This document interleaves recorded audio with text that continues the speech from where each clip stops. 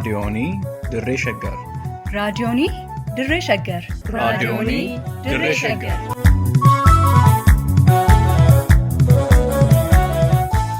raadiyoonii Dirree Shaggar. raadiyooniin Dirree Shaggar torbaan guutuu guyyoodhaan galgalatti sa'aatii tokkorraa eegalee hamma sa'aatii tokkoof walakkaatti dambalii gabaabaa meetir baandii 19 kiiloo heerzii 15,415 irratti qophii dabarsuu hamma jalqaba. raadiyoonii Dirree Shaggar.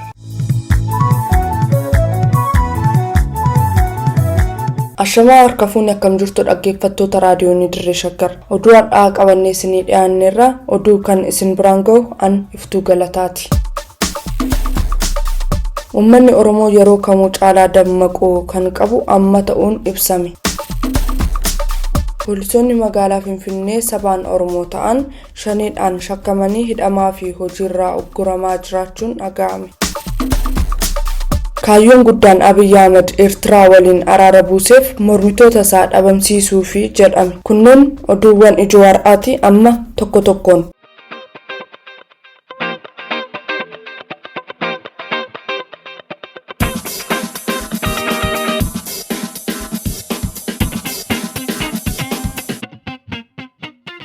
Uummanni Oromoo yeroo kamuu caalaa wayitiin dammaqee mootummaa gabroonfataa ofirraa kaasuu qabu amma ta'uun ibsame. Rakkoo siyaasaa sirni bilxiginnaa biyyattii keessatti uumeen walqabatee rakkoo Oromoo akka sabaatti mankaraarsaa jiruuf furmaanni uummanni Oromoo yeroo kamuu caalaa amma bifa qindaa'een tokkoomee eenyummaa isaa badiirraa baraaruuf rooga maraan socho'uu akka qabu qeerroon RDS'if yaada qoode tokko hubachiiseera. haala isarra deemaa jiru kana irratti dammaquu danda'uu qaba. Bakka rafatanii ka'ee abdii isaa horachuu qaba. Kaleessaas bakka kana caaltu waan ta'eef har'aas immoo bakka kana caaltu bakka kanaa yoo ka'e bakka guddoo silaa galma fuulduraa kan gahuu ni danda'a. Qeerroon akkasuma immoo hayyoonni alaaf keessaa miidiyaaleen Oromootiif sabaayimaaleen Oromoo irratti fayyadamee hundinuu dammaqinsa gartee olola alagaa kana jalaa bahee sammuudhaan gabroomee jiru kana jalaa hulluuqee ol ka'ee dhaabbachuu danda'uu qaba. Uummanni Oromoo haalli yeroo ammaa biyyattiin keessa jirtu kan nama yaaddeessu ta'uu hubatee qabsoo baroota darban irraa barachuun hanga galma barbaachisu bira geenyutti waan xiqqoodhaan miiraa'urraa akka of qusatus dhaameera. Hayyoota akka ijaafi matatti ittiin socho'aa ture kana agartee mana hidhaatti naaf baasi jechuu ni danda'uu qaba. Hayyoonni kun gaafa ittiin gabbi akkuma kaleessa gartee riqicha jiidhaa gubbatti osoo hin gahin osoo injifannoo hin dhaqqabin dhiichifne san dhiichisu osoo hin taane gara qabsoo keenya galmaan gahutti qabsoon Oromoo tokkoomuu qaba jechuudha. Akkasumas uummanni Oromoo qabsoo kallattii hundaan gochaa jiruun wal qooduu dhiisee wal utubuun umurii sirna gabroonfataa gabaabsee bilisummaa barootaaf dheebote goonfachuu qaba jedha. Qabsoon tooftaa lamaan uummanni Oromoo kun socho'aatii jira. Inni tokko karaa qabsoo hidhannootiin, inni lammaffaan karaa qabsoo karaa nagayaatiin. Qabsoo karaa nagayaati jedhee maqaa haa moggaafatu malee fincila jechuun yookaan warraaqsa jechuun nagahummaa hin qabu jechuudha. Nagaa waan dhabeef nagahni inni ittiin gaafatu waan hin jirre ol ka'ee dhaabbatee yoo ati narraa kaate malee yoo ati gaafii xiyyenaaf deebifte malee agartee an hin galu jechuu danda'uu qaba hawaasni. Kana jechuun ibiddan dhukaafne malee ibidda siyaasaa dhukaasu jechuudha. Yookaan ulee gaafiitiin mootummaa cafaquu jechuudha. Keessumaa warraaqsi qeerroo Oromoo akkuma baroota darbanii bifa qindaa'een tarsiimoon hoogganamee Oromiyaa keessatti akka dho'uuf qoodni hayyoota Oromoo guddaa ta'uu eera. Hayyoonni tarsiimoo qindaawaa saniin ummaticha warraaqsaaf miilarra ittaa'uudhaaf deemu kan ummata dammaqee gartee bakka burjaajiinsa siyaasaa keessaa dhiitachaa jiru kana tarsiimoodhaan dammeessuu danda'uu qabaa jechuudha. Hangi jiru walitti dhufee walitti qindaahee agartee tarsiimoo isaa qindeeffatee akkamitti qabsoo karaa nagayaa warraaqsa qeerroodhaa qindeessinee mootummichatti gabbaasuu dandeenya, akkamitti immoo bifa qindaa'een osoo waliin faalleessine waliif fala taanee qabsoo afaan qawweetiin cinaa dhaabbannee akkaataa gaaga'amarra hin dhufnetti wal dhageenyee wal jala socho'uu dandeenya. Dhumarrattis hayyoonni biyya keessaa walitti dhufanii mari'achuuf haalli jiru rakkisaa ta'us umurii mootummaa gabroonfataa gabaabsuuf tooftaa garaagaraa fayyadamuun mari'atamee warraaqsi qeerroo Oromiyaa keessatti jalqabamuu akka qabu qeerroon RDS'if yaada qoode kun dhaameera. Hayyoonni keenya gariin mannidhaa jira, gariin dhaabbataan ugguramanii jira, gariin kan jiru wal dhufee dubbachuu hin danda'u. Haa ta'u malee hin danda'u jee taa'uun agartee gabrummaaf umurii dheeressuudha waan ta'eef walitti dhufuu danda'uu qabaa jechuudha. Eegasiin booda maalirraa eessarraa ka'ee eessarraa hin ka'uu qabaa eessaan dhaquu deema jedhee if hubatee waliis hubachiisee waloodhaan Oromiyaa walagoomsee uummanni Oromoo bilisoomuu danda'a. Kan gabaase Wabii Waaqooti.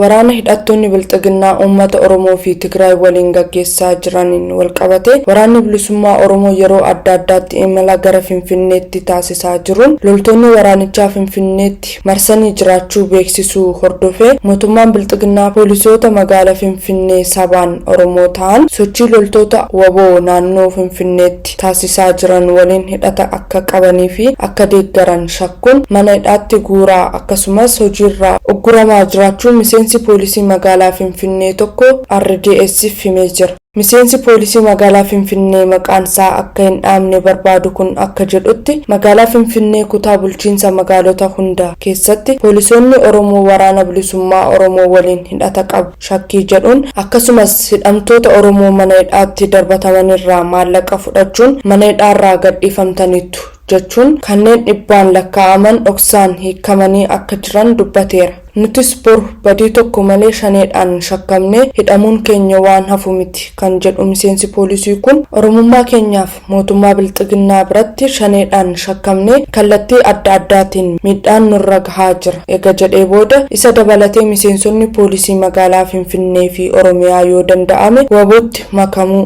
yoo dadhabame immoo odeeffannoonis ta'ee kallattii danda'amu kamiinuu waraana bilisummaa Oromoo waliin dhaabbachuu akka qaban dhaamee jira. Liiban Jaarsotu gabaase. Godina Shawaa Bahaatti waraanni mootummaa bilxiginnaa namoota nagaa ajjeesuun itti fufeera. Godina Shawaa Bahaatti waraanni mootummaa bilxiginnaa namoota nagaa karaarra deemaa jiran rasaasaan ajjeesuun ibsame. Waraanichi godina Shawaa Bahaa aanaa Adaamaa ganda qonnaan bulaa Baattoo Dagaagaa bakka Waliinsuu jedhamutti muddee 2014 namoota nagaa baajaajiidhaan gabaadhaa galaa jiran irratti dhukaasa eegabanee booda aaddee Qamadii Tufaa fi daa'imni umurii waggaa 12 tokko rasaasaan rukutamanii miidhamuu isaaniitiin wal'aansaaf gara hospitaala Adaamaatti ergamuun isaanii kan eerame yoo ta'u aaddee Qamadii Tufaa miidhaa irra ga'e dandamachuu dhabuu isaaniitiin lubbuun isaanii darbuu maddi RDS'if bakkasitti argamu ibseera. Maddi kun dabalataan akka ibsetti godinichatti aanaalee akka Fantaallee fi Boosat keessatti waraanni mootummaa bilxiginnaa sababa sakatta'insa Abaawoo Shanee jedhuun namoota nagaa dararaa jiraachuu kan jiru yoo ta'u guyyuma wal fakkaataa muddee 2014 dargaggoota lama maqaadhaan Dinquu Dabalaa fi Kuubaa Dilbatoo jedhaman magaalaa Awaash Malkaasaa keessaa ukkaamsuun fuudhee deemuun naannoo mooraa leenjii poolisii Oromiyaatti dargaggoo Kuubaa Dilbatoo ajjeesee akka gatee fi reenfisaa akka argame dubbata. Dhalataa aanaa Boosat kan ta'e dargaggoo Dinquu Dabalataa garuu hanga yoonaatti ajjeefamuusaas ta'e lubbuun jiraasaa wanti beekamu akka hin jirre ibseera. Dargaggoonni kunneen namoota siyaasaa kamuu keessa hin jirre ta'uu isaanii qabatamaatti akka beeku kan ibse maddi RDS waraanni mootummaa bilxiginnaa dargaggoonni hundi waraana bilisummaa Oromoo deeggaru jedhee sababa yaaduuf Oromummaa isaaniif qofa ajjeefamuu akka hin oolle dubbata. Kana malees mootummaan bilxiginnaa waraana meeshaa gurguddaa hidhatee godinicha bakkoota adda addaa qubsiifamuu isaatiin uummanni yaaddoo guddaa keessa akka jiru himeera. Wabii Waaqotu gabaase. Itoophiyaa fi Eertiraan turtii yeroo gadaa lamaa fi walakkaadhaaf erga daangaarratti wal waraanaa turanii booda Abiyyi Ahmad araara buusuu isaatiin addunyaatti leellifamee badhaasa Noobeelii haa argatuyyuu malee kaayyoo guddaan koloneel Abiyyi Ahmad Eertiraa waliin akka araaramtuuf murteesseef mormitoota dhabamsiisuun akkaataa aangorra ittiin turuu danda'amu mujeeffachuuf akka ta'e ibsame. The New York Times mata duree badhaasa Noobeelii nageenyaa addunyaa balbala waraanaa bane jedhu jalatti dubbistoota isaatiif maxxanseen koloneel Abiyyi Ahmad badhaasicha erga fudhatee booda miira addunyaa kanarratti nama dhiibbaa uumuu danda'uu fi deeggartoota hedduu qabaachuu keessa seenuun biyyattii waraana gama siyaasaa, dinagdee fi hawaasummaan barbadeessaa jiru kanatti akka galee qondaalaa olaanaa mootummaa Abiyyi Ahmad duraanii waabeffachuun gabaaseera. Waraanni Tigraayitti gaggeeffamaa jiru osoo hin jalqabamin koloneel Abiyyi Ahmadii fi koomaandarri sirna abbaa irree gaanfa Afrikaa pirezidaantii Eertiraa Isaayyaas Afeworqii waliin yeroo 14 akka wal argan kan ibsu gabaasni The New York Times Isaayyaas Afeworqii wayita Gondar daawwatee ture poolisii humna addaa naannoo Amaaraa 60,000 leenjisuuf mootummaa Itoophiyaa waliin waliigalteerra akka gahan eeruun waraanni uummata Tigraay irratti labsame olaantummaa seeraa kabachiisuuf osoo hin taane walmarii yeroo dheeraa koloneel Abiyyi Ahmadii fi Isaayyaas Afeworqii gidduutti taasifamaa ture giddu galeessa godhachuun akka akka ta'e bal'inaan ibsee jira. The New York Times gabaasa kana kan dhiyeesses odeeffannoowwan aangoota olaanoo mootummaa duraanii fi kan ammaa rogeeyyii siyaasaa jajjaboo dhimmoota siyaasaa gaanfa Afrikaa irratti muuxannoo qabanii fi ragaalee adda addaa bu'uura godhachuun akka ta'e eereera. Liiban Jaarsotu gabaase. Barreessaan Seenee Makuriyaa manni murtii akka gadhiifamuuf ajajullee poolisiin gadhiisuu dide. Barreessaan Seenee Makuriyaa Sadaasa 25 bara 2014 iddoo hojii isaa magaalaa Finfinnee toora buufata konkolaataa kutaa biyyattii qaxxaamuranitti humnoota tika bilxiginnaan qabamee kan hidhame yoo ta'u manni murtii wabii qarshii 10,000 akka gadhiifamu ajajuus poolisiin hin gadhiisu jechuun to'annoo jala akka turu taasisuu maatiin RDS'tti himaniiru. Barreessaan Seenee Makuriyaa wabii qarshii 10,000 akka gadhiifamu mana murtii ajajuu hordofee maatiin qarshii wabiin ittiin eeggameef kanfaluun nagahee mana baankii qabatanii jimaata darbe gara mana hidhaa arfaffaa magaalaa Finfinnee wayita deeman poolisiin ajaja mana murtii fudhachuus ta'ee hin seenee gadhiisuu akka hin dandeenye himuu maatiin dubbataniiru.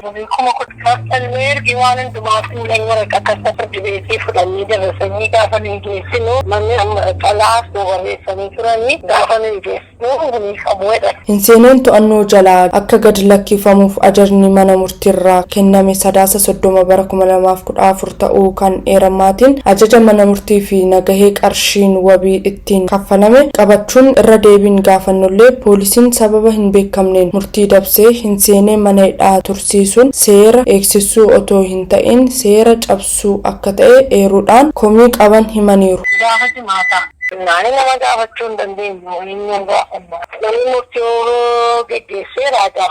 Poolis xaabiyaan immoo hin tura. Jedhanii qaamni badaamuyyuu nama sorsiisuuf hin qaban itti dhiisnee na dirree. Mootummaan Bilxiginnaa labsii yeroo muddamaa daheeffachuun haala kanaan dura turerraa addatti gaazexeessitoota, barreessitoota, rogeeyyii siyaasaa, dargaggootaa fi namoota jajjaboo Oromoo adamsee mana hidhaatti guuraa kan jiru yoo ta'u barreessaan Seenee Makuriyaa badii tokko malee Sadaasa 25 bara 2014 magaalaa Finfinnee bakka hojii isaa mana kitaabaa Ililleetti qabamuun akka hidhame maatii waabeffachuun gabaasuun keenya ni yaadatama. Liiban Jaarsotu gabaase. Godina Shawaa Lixaa Aanaa Baakkoo Tibbeetti waraanni mootummaa oomishaa fi manneen qonnaan bultoota gubaa jiraachuun beekame.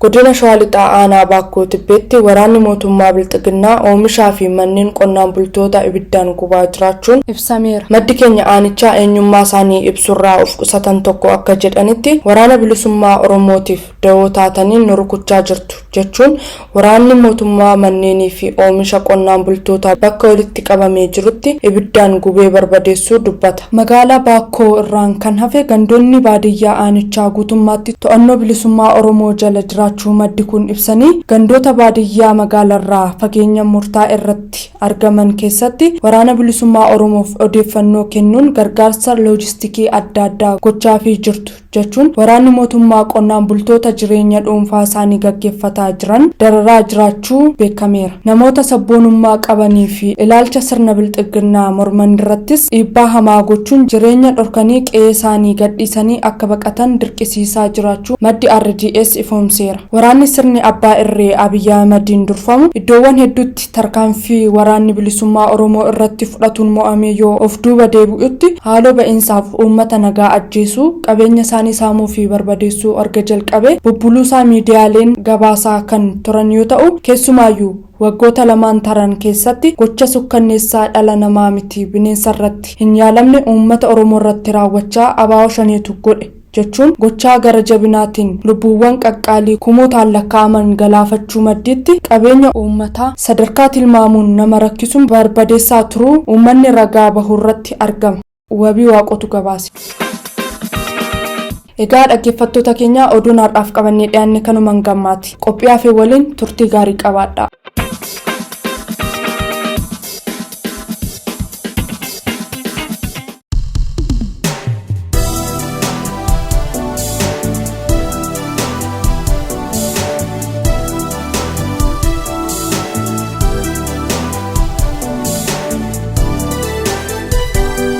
Hubannoo beektotaa.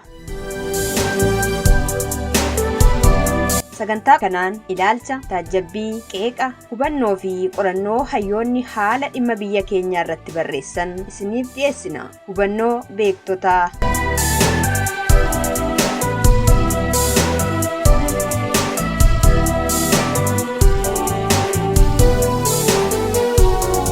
Hordoftoota raadiyoonii Dirree Shaggar akkam jirtu. Sagantaa keenya hubannoo beektota har'a qabannee isinii dhufneen ajjechaa jumlaa miseensa gadaa michillee Oromoota Karrayyuu irratti raawwatame ilaalchisuun yaada namoonni lama raadiyoonii Dirree Shaggariif kennan isinii dhiyeessinaa nu waliin tura.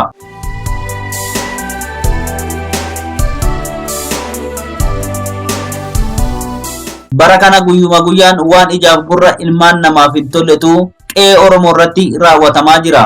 Duuti akka malee buqqaatiin hidhaa fi dararaan dhala namaa irratti raawwatamaa oolee bulu waan akkaan miira namaa suukaneessudha. Oromoon ilmaansaa mootummaa bilxiginnaa biyyan bulchaa jira ofiin jedhuun hiraarama hamaa kanaaf eega saaxilamuu eegalanii oolee bubbuleera. Ilmaansaa akkuma salphaatti badiif yakka tokko malee sababa ilaalcha siyaasaa faallaa mootummaa bilxiginnaa qabuuf yookiin sababa mootummaa aangorra jiru deeggaruu dideef qofa mana hidhaatti guuramuun mana hidhaatii baafamee bosonaa fi laga geeffamee ajjeefamee bineensaa fi allaattiin nyaatamu adda babaa irratti ummata walakkaatti rasaasaan mataan irraa bittinfamuun suur sagalee waraabamaa abidda rasaasaa itti roobsamuun ilmaan teechantuu bosona jira jedhamuun maatii ajjechan adabuu fi mana irratti gubuun eega aadeffamee waggoonni lakkaa'amaniiru. Kan dhiyeenya kana miseensota gadaa michillee ilmaan baasuuf dullachaa Oromoota Karrayyuu warra jila gadaaf godaananii jiran irratti ta'e immoo daranuu waan miira namaa suukaneessudha. Waraanni mootummaa teechoo abbaa irree Abiy Ahimad tiksuuf mindeeffame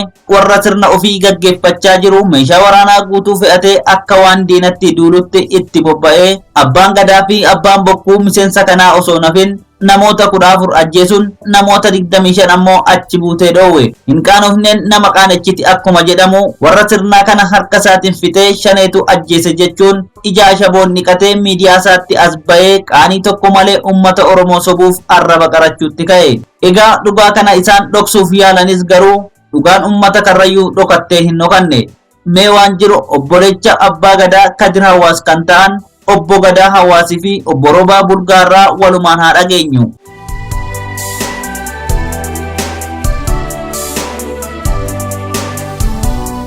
Abbaa Gadaattu qe'ee isarratti salphate uummata Karrayyuuttu eenyummaan isaa sarbame namni mootii kan kee abbaa gadaadhaa si jala ajjeese jechuun kanniisa mootii keessaa ajjeesan jechuudha. Kanneen mootiin keessaa du'e dammeessuu hin danda'u, waliin bobba'ee galuu hin danda'u, dirqama hojiidhaa walitti kennuu hin danda'u, ga'ee hojii isaa beekuu hin danda'u. Hawaasa kana akka kaayyoo isaaniitti akka itti yaadanii istirateejiidhaan godhanitti hawaasa kana burjaajessuu fi ija jaamsuudha.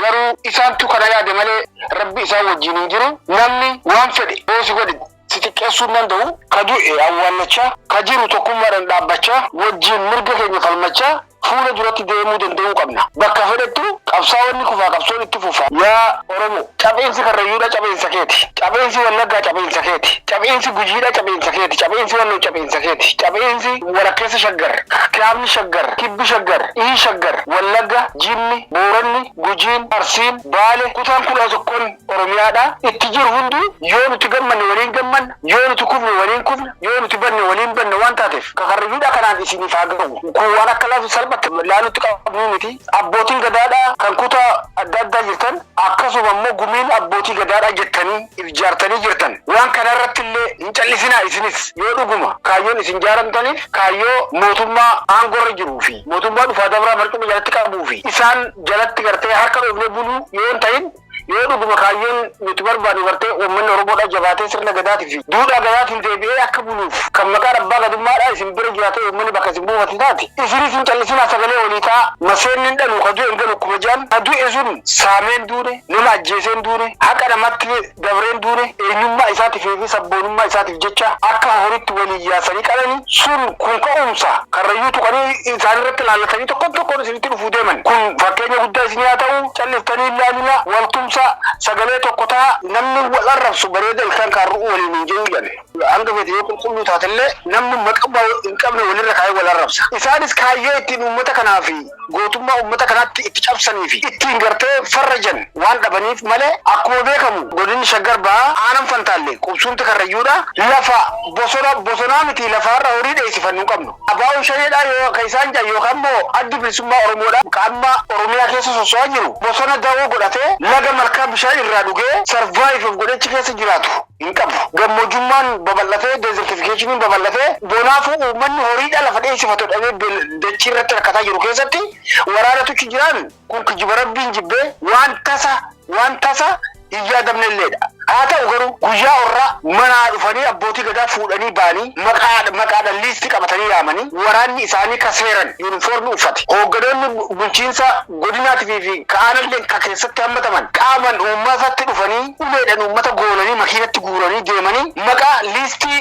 mana taa'anii barreeffatanii irratti xiyyeeffatan abbootii gadaadhaa warreen hooggansa olaanoo gumii gadaa san keessatti qaban liistii baafatanii fuudhanii warra barbaadan keessaa ajjeesanii kaan fuudhanii dhabamsiisanii sanillee odoo ajjeesanillee bennu hanga ammatti achi buutee nama 24 hanga ammatti mul'atin jira jechuudha. Kuni warri gadaadhaa warra biyya bulchuu warra nagaa rarrabu warra nagaa lallabu waan ta'eef haala shorokkaama biyyattii keessa jirtu kanarratti mootummaa wajjin ta'aneeti uummannis ta'a akka tasgabbaa'u goona waan jiru irratti namni hundi wareera keessa jira. Saniin uummanni dagabee saniin uummanni dagatee saree fi sirna dhaabbileen kaayyoon qabne gartee guyyaa orraa dhuftee uummata qe'ee isarratti salphifte malee har'a uummanni karrayyuudha abbootiin gadaa karrayyuudha jilli gadaa karrayyuudha warra har'a gochi kun isaanii malee miti warra kabajaa fi tumsi isaanii malee.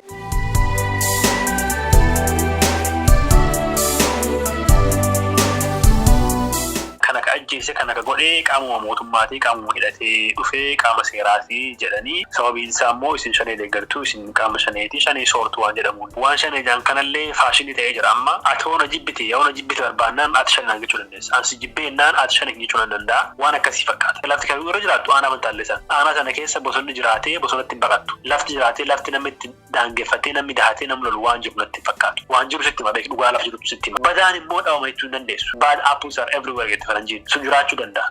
Malee waraanni sochuu kana majjeessuudhaa deemu waan jiru natti otuma jiraate illee haalli mijataa miti. Uummata gara garaa walitti qabamee bonni balleessee asii argobbaan lolti jalaa lafan qabu gara deemu qabu bakka takkeetti ciibsu kana waraana ofitti galchee bakka nama loluu leen beekuan san waaqatu beeka. Dubbiin falmisiiftu dubbii poolotikaati. Dubbii poolotikaa kana milaan bilchitee yookaan laalte analaayiz goote akka poolotikaatti dubbatta malee waraanni kun jira hin jiru jedhamu. Mootummaan akka jirutti wanti ta'eennaan bosona shanii dhufee jira. Akkuma wanti fedhe alaa hoobade fedhe leenci nyaate fedhe waraabessi nyaate fedhe jaldeessi nyaate fedhe qeerrasi nyaate horiin horoo alatti bineensi nyaatu waraabessi nyaate jedhamee waraabessi maqaa bahaa jechuudha. Shaneen akkas jedhanii waan ta'u mara shanee balleesse tolchanis balleessanis ta'uu danda'a. Ani waan si beekamu qabu. Garuu ka dhufee karrayyuu manaa guuree manaa baheen qaama mootummaati. Makiinaa 3, 4, 5 makiinaa taargaa qabu. Akka nama maqaa beekutti immoo namoota kana baay'amaniiti. Kanaafi wanti dubbatu waliin fakkaattu inumaa san dhiisi namni hafe immoo nama 24 badee gammaan agarra. Namni kun isaan bira jira mootummaa bira jedhamee yaadamaa jira.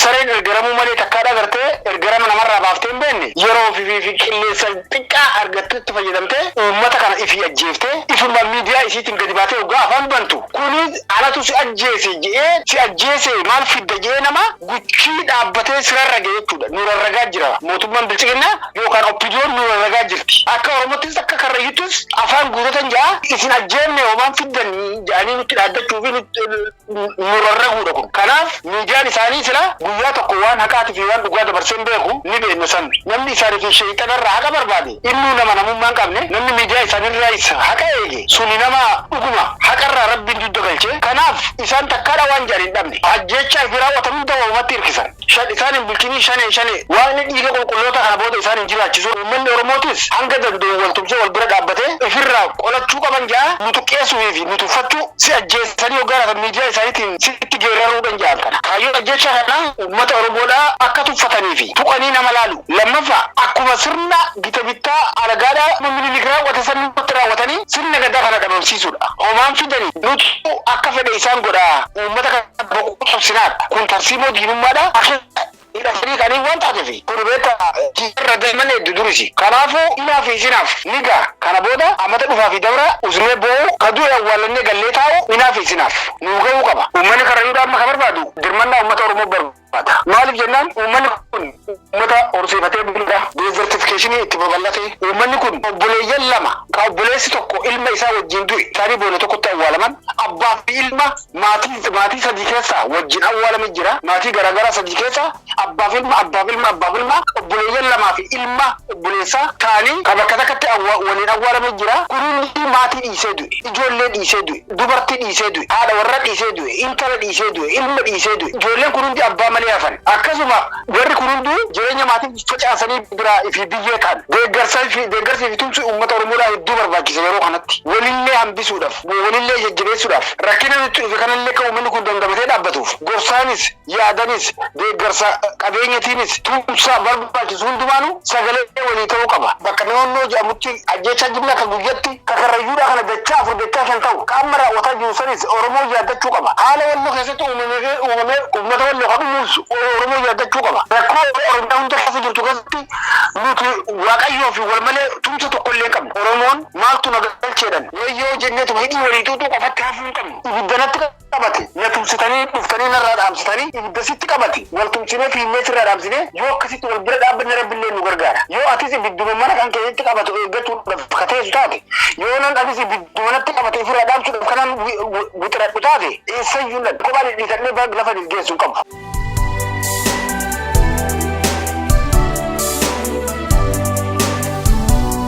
Uummanni Oromoodhaa bakka jirtan maraa waan kana balaaleffachuu qaba. Gadi fageessee dhukkubsee xiqqaa guddaan jaarsaa jaartiin beekaa wallaalan keessattuu abbootiin gadaa Oromoo martu abbaan fedhe wanta kanaa raawwatu. Mootummaa ta'uu haadhiisu. Uummata Oromootti wanti dhaambadhu immoo xiqqaa guddaan ammas namni walaabate ka fuudhee badeen qaama mootummaa ta'uu danda'a. Hin beekne haga ammatti wanti beeknu hin jiru. Nama 24 fudhanii deemanii. Nama 24 kana reeffallee hoo gartan.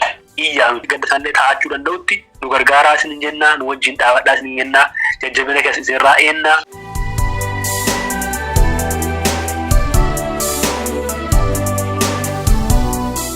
Kanaafu bakka jirtanii wal bira dhaabbadhaa kabada waliin barbaadadhaa ka du'e wajjin awwaalladhaa kamadaa'e waliin hidhadhaa waliin gol'aannadhaa anja warri mootummaatis garee balbala cufatee uummannis kaanis jimlatti boolla takkatti awwaallate sanbooda halkanii fi guyyaa kunis immoo ka du'ee fi jiraatiin isaan beekamintu jira sanuma wal gaafataa jira. Yaa Oromoo wal malee homaan qabdu jaallattus jibbitus ol utaaltus gad utaaltus falli tokkicha ati qabdu wal qabachuu kan kee qofa. Alagaa guyyaa koblaa fira guyyaa ija imimmaan ija guyyaa koblaa guyyaa gammachuudha firri kan kee hedduudha. Akkasitti kobleessi wajjin nyaatee dhugaa hundi fira keensein guyyaa ija imimmaanii guyyaa rakkoositti galtee ati boochu ka imimmaan ija keetti irraa coqu alagaan si wajjin gaafa koblaa si wajjin koblee gammade sun balbalasaa cufatee taa'ee uraa yookaan immoo foddaa manaatiin si laala. Ka gaafsan si wajjin boo'u ka yoo gammachuutis hanga dhumatti si wajjin jiraatu ka yoo gaddee keetiitis si waliin boo'u ka yoo ati duute si awwaallatu ka yoo ati badda si barbaaddatu suma Oromoo malee qomoo biraan qabdu. Yeroo ibiddi gujitti jalqabisan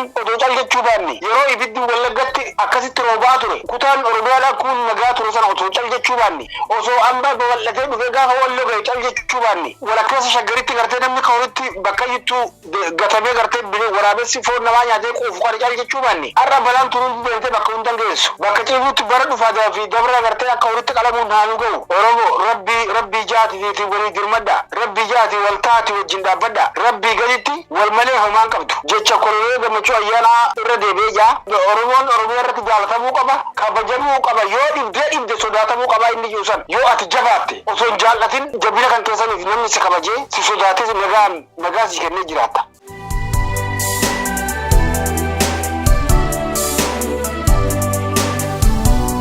Egaa dhaggeeffattoota keenya kabajamoo waan sakkabaa mootummaan bilxiginnaa uummata nagaa irratti godhee dhoksuuf yaadus dhugaan jiru kan amma isin dhageechifne kana fakkaata. Dhugaan ilmoo waaqati jedha Oromoon. Dhugaa warra sirnaaf manaa ba'ee mootummaan lubbuu isaanii abbaa ilmaan alatti hambisee fi kan warra ammalleen ukkaamsamee jiru waaqni jalaan gatiin jechaa sagantaa hubannoo beektotaa har'aa kanumaan goolabna. Qopheechaan duubee wayyeechaa kan isin waliin ture immoo ani gurmeechaa gammachuuti fayyaa ta'a.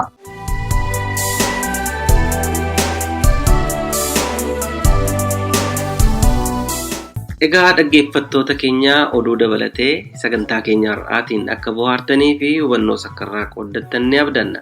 sagantaa hubannoo beektotaa torbaan dhufu sa'aatii wal fakkaatu irratti isiniif dhiyeessinu irratti akka dhiyaattaniif asuma isin affeeraa tamsaasa raadiyoonii dirree shaggar boru galgala sa'aatii wal fakkaatu irratti isiniif darbuun walitti deebina. Turtii gaarii qabaadhaa.